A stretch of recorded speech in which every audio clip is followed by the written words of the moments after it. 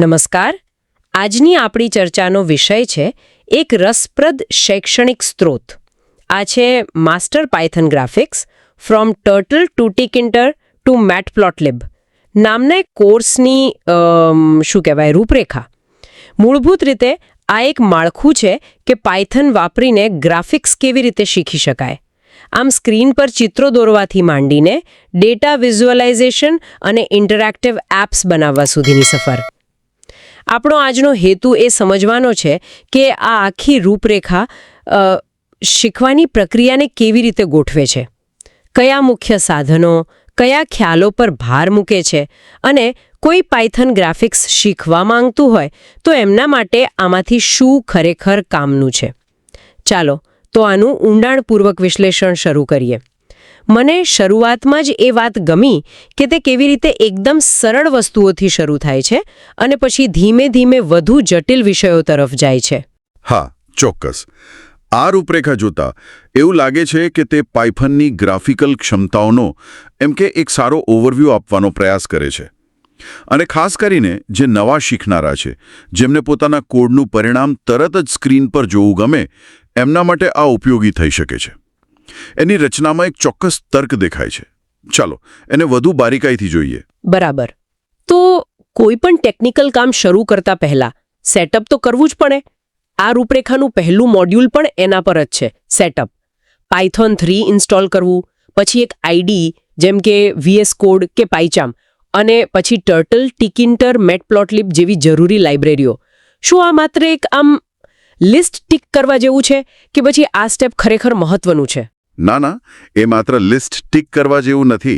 એનાથી ઘણું વધારે છે. જુઓ, યોગ્ય એન્વાયરમેન્ટ સેટ કરવું એ સુનિશ્ચિત કરે છે કે શીખતી વખતે બિનજરૂરી ટેકનિકલ મુશ્કેલીઓ ન આવે. ઘણીવાર શું થાય કે નવા શીખનારા આવી નાની નાની ટેકનિકલ બાબતોમાં જ અટવાઈ જાય અને હતાશ થઈ જાય. પણ એનાથી પણ વધુ મહત્વની વાત કહું, પહેલીવાર કોડ લખીને સ્ક્રીન પર પેલી એક લીટી કે વર્તુળ જુઓ ને, એ અનુભવ જ અલગ છે. એક ક્ષણ જે છે એ અમૂર્ત કોડને એક નક્કર દ્રશ્ય પરિણામમાં બદલી નાખે છે. આ જે તાત્કાલિક ફીડબેક મળે ને, એ શરૂઆતમાં ઉત્સાહ ટકાવી રાખવા માટે બહુ જરૂરી છે.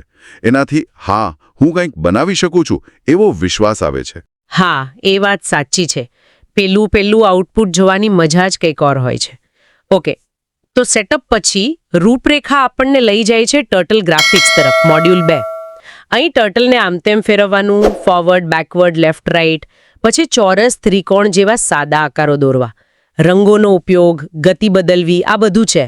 મને યાદ આવે છે પહેલા લોગો જેવી ભાષા આવતી હતી, તેમાં પણ આવું જ એક ટર્ટલ ફરતું હતું સ્ક્રીન પર. શું આ એના જેવું જ છે? મતલબ કે પ્રોગ્રામિંગ શીખવાની એક રમત જેવી રીત. હા, બરાબર. તમે એકદમ સાચું પકડ્યું. વિચારધારા એ જ છે. ટર્ટલ ગ્રાફિક્સ શું કરે છે કે પ્રોગ્રામિંગના જે અમૂર્ત ખ્યાલો છે, જેમ કે કમાન્ડનો ક્રમ, શરતો, લૂપ્સ, કોઓર્ડિનેટ સિસ્ટમ, એ બધાને બહુ જ વિઝ્યુઅલ અને મૂર્ત સ્વરૂપ આપે છે. અહીં મુખ્ય હેતુ કોઈ બહુ ભારે ગ્રાફિક્સ બનાવવાનો નથી, પણ કોડ લખવાની પ્રક્રિયા અને તેનું પરિણામ તરત જ સ્ક્રીન પર જોવાની જે લિંક છે એને સમજાવવાનો છે. તે કોડ અને દૃશ્ય આઉટપુટ વચ્ચેનો પુલ બની જાય છે, અને શરૂઆત કરનારાઓ માટે આ સમજવું ખૂબ સરળ બની જાય છે. એટલે કે બહુ જ જટિલ કોડ લખ્યા વગર જ પ્રોગ્રામિંગના ફંડામેન્ટલ્સનો અનુભવ મળે. બરાબર. પછી આવે છે મોડ્યુલ 3, પેટર્ન અને આર્ટ પ્રોજેક્ટ્સ. અહીં નેસ્ટેડ લૂપ્સ, કલર ગ્રેડિયન્ટ્સ અને સ્પાયરોગ્રાફ જેવા પ્રોજેક્ટનો ઉલ્લેખ છે.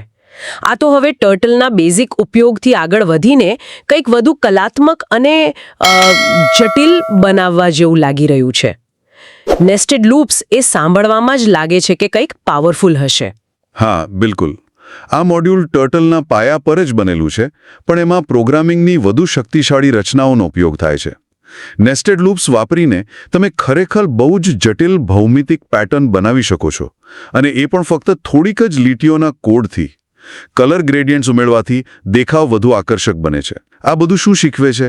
કંટ્રોલ ફ્લો અને એલ્ગોરિધમિક વિચારસરણી, પણ એક ક્રિએટિવ રીતે.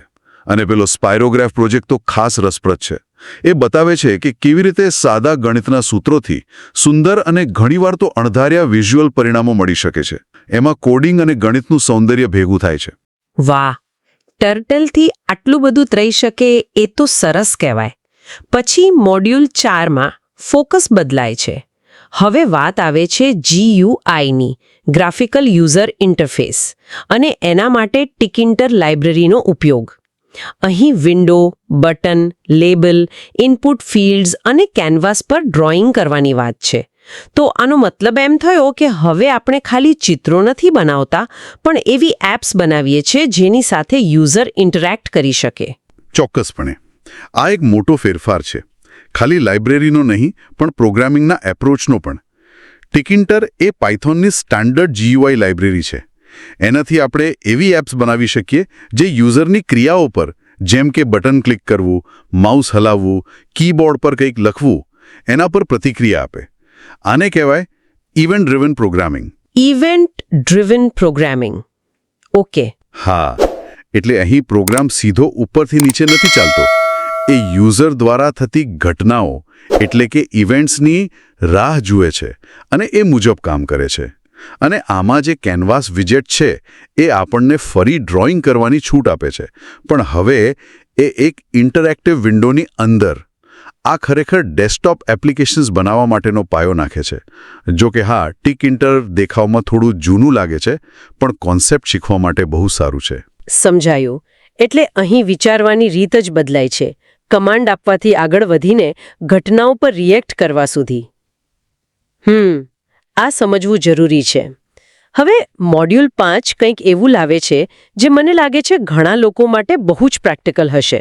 મેટપ્લોટલિબ સાથે data visualisation, line chart, bar chart, પાઈ ચાર્ટ, સ્કેટર પ્લોટ, પછી ગ્રાફને સ્ટાઇલ કરવા, સેવ કરવા.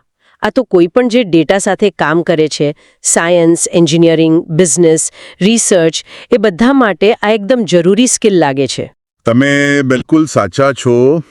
મેટપ્લોટલિબ તો પાયથન ઇકોસિસ્ટમમાં ડેટા સાયન્સ અને એનાલિસિસનો આમ સમજો ને કે આધાર સ્તંભ છે.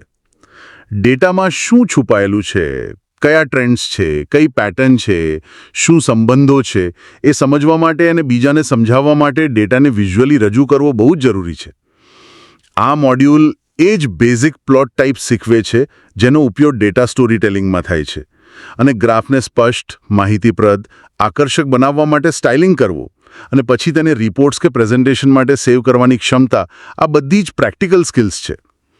અહીં નોંધવા જેવી વાત એ છે કે ગ્રાફિક્સનો ઉપયોગ કેવી રીતે બદલાય છે. પહેલા ટર્ટલમાં આપણે કલાત્મક અભિવ્યક્તિ જોઈ, અહીં માહિતીનો સંચાર છે. હા, ડેટાને વાર્તા કહેવાનું એક સાધન. બરાબર, એક શક્તિશાળી માધ્યમ. ઓકે. ડેટા વિઝ્યુઅલાઇઝેશનની આ થોડી ગંભીર દુનિયા પછી મોડ્યુલ 6 આપણને પાછું રમતના મેદાનમાં લઈ જાય છે. ટર્ટલનો ઉપયોગ કરીને એક મિની ગેમ બનાવવાની વાત છે. એમાં હલનચલન, કોલિઝન ડિટેક્શન એટલે કે અથડામણની શોધ અને સ્કોર રાખવાનો સમાવેશ થાય છે. આ તો જે ટોટલ સ્કિલ્સ પહેલા શીખ્યા હતા એનો એકદમ નવો અને મજેદાર ઉપયોગ થયો કહેવાય. પહેલા ચિત્રો, પછી આર્ટ અને હવે ગેમ. હા, આ પ્રોજેક્ટ શું કરે છે કે પહેલા શીખેલા ટોટલના કોન્સેપ્ટ્સને રીઇન્ફોર્સ કરે છે, એટલે કે પાકા કરે છે. પણ સાથે સાથે ગેમ ડેવલપમેન્ટના જે બેઝિક તત્વો છે એનો પરિચય કરાવે છે. જેમ કે ગેમની સ્ટેટ મેનેજ કરવી, કોનો વારો છે, સ્કોર શું છે વગેરે. ઇવેન્ટ હેન્ડલિંગ, જેમ કે બે વસ્તુ અથડાય ત્યારે શું કરવું, અને પ્લેયરના ઇનપુટ પર, જેમ કે એરો કી દબાવવા પર રિએક્ટ કરવું. તે બતાવે છે કે સાદી ગ્રાફિક્સ લાઇબ્રેરી વાપરીને પણ સિમ્પલ ઇન્ટરેક્ટિવ મનોરંજન બનાવી શકાય છે. આ એક સારો કન્સોલિડેશન પ્રોજેક્ટ છે. જુદા જુદા શીખેલા મુદ્દાઓને ભેગા લાવે છે. સરસ. અને પછી આવે છે મોડ્યુલ 7, એક advance project, interactive art application. આમાં ટિકિન્ટરના કેનવસ પર માઉસથી ડ્રોઈંગ કરવું, કલર પિકરથી રંગ પસંદ કરવો અને સ્ક્રીન સાફ કરવા માટે ક્લિયર બટન, આવા ફીચર્સ ઉમેરવાની વાત છે. આ તો એવું લાગે છે કે ટિકિન્ટર જે GUI માટે હતું અને પહેલા શીખેલા ડ્રોઈંગના કોન્સેપ્ટ્સ એ બંનેને ભેગા કરવામાં આવી રહ્યા છે.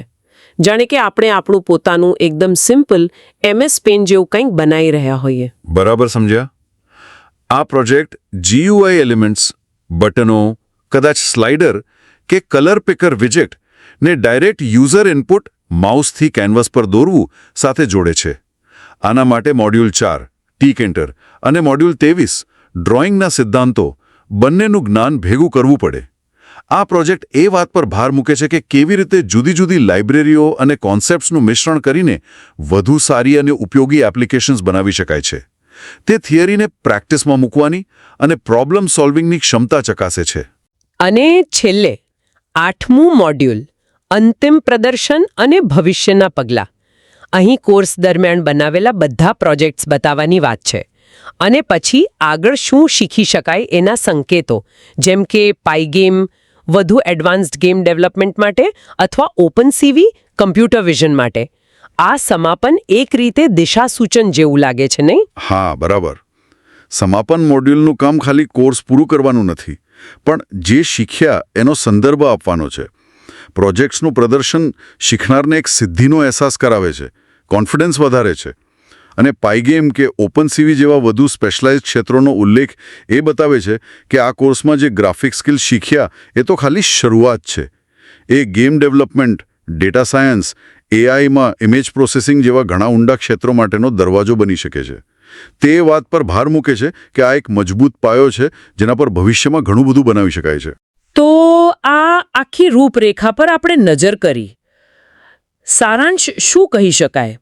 આપણે જોયું કે કેવી રીતે એકદમ બેઝિક ટર્ટલ ડ્રોઈંગથી શરૂઆત થાય છે, પછી કલાત્મક pattern, interactive GUI apps, powerful data visualisation અને અંતે નાના મોટા પ્રોજેક્ટ્સ. આ જે ક્રમિક સ્ટેપ બાય સ્ટેપ એપ્રોચ છે એ શીખવાની પ્રક્રિયાને ઘણો વ્યવસ્થિત બનાવે છે. આ રૂપરેખાનું મુખ્ય મૂલ્ય એ છે કે તે પાયથોનમાં ગ્રાફિક્સ અને વિઝ્યુઅલાઇઝેશનના 3 મુખ્ય ક્ષેત્રોનો પરિચય કરાવે છે. સાદું ડ્રોઈંગ, ટર્ટલ, GUI ડેવલપમેન્ટ, ટિકિન્ટર અને ડેટા વિઝ્યુઅલાઇઝેશન, મેટપ્લોટલિબ. અને મેં પહેલાં કહ્યું તેમ એવા શીખનારાઓ માટે આ ખાસ આકર્ષક છે જેમને પોતાના કોડનું તાત્કાલિક વિઝ્યુઅલ પરિણામ જોવું ગમે છે. એનાથી પ્રોગ્રામિંગ ઓછું અમૂર્ત અને વધુ રસપ્રદ લાગે છે. પ્લસ જેમને ડેટા સાથે કામ કરવાનું છે અથવા સિમ્પલ ડેસ્કટોપ યુટિલિટીઝ બનાવી છે, એમના માટે જરૂરી બેઝિક સ્કિલ્સ અહીંથી મળી રહે છે. અને આ બધી ચર્ચા પરથી એક છેલ્લો વિચાર આવે છે મનમાં. આપણે જોયું કે આ રૂપરેખા આપણને સાદી લીટીઓથી ઇન્ટરેક્ટિવ એપ્સ અને ડેટા પ્લોટ સુધી લઈ જાય છે. હવે જરા કલ્પના કરો કે આ ત્રણેય ક્ષેત્રો, ટોટલની સરળતા અને કલાત્મકતા, ટિકિન્ટરની ઇન્ટરેક્ટિવિટી અને મેટપ્લોટલિબની ડેટા હેન્ડલિંગ ક્ષમતા, આ બધાને જોડી દેવામાં આવે તો શું કોઈ એવું અનોખું વિઝ્યુઅલ ટૂલ કે એપ્લિકેશન બનાવી શકાય જેનો અહીં સીધો ઉલ્લેખ નથી? દાખલા તરીકે, શું આપણે ડેટા વિઝ્યુઅલાઇઝેશનને વધુ ગેમ જેવું ઇન્ટરેક્ટિવ બનાવી શકીએ? રસપ્રદ વિચાર છે. અથવા કોઈ એવું આર્ટ જનરેટર બનાવી શકીએ જે રિયલ ટાઈમ ડેટા ઇનપુટના આધારે દ્રશ્યો બદલતું રહે. આ જે શીખેલી ટેકનિક્સ છે એના ક્રિએટિવ કોમ્બિનેશનની શક્યતાઓ તો અનંત છે અને ખરેખર વિચારવા જેવું છે.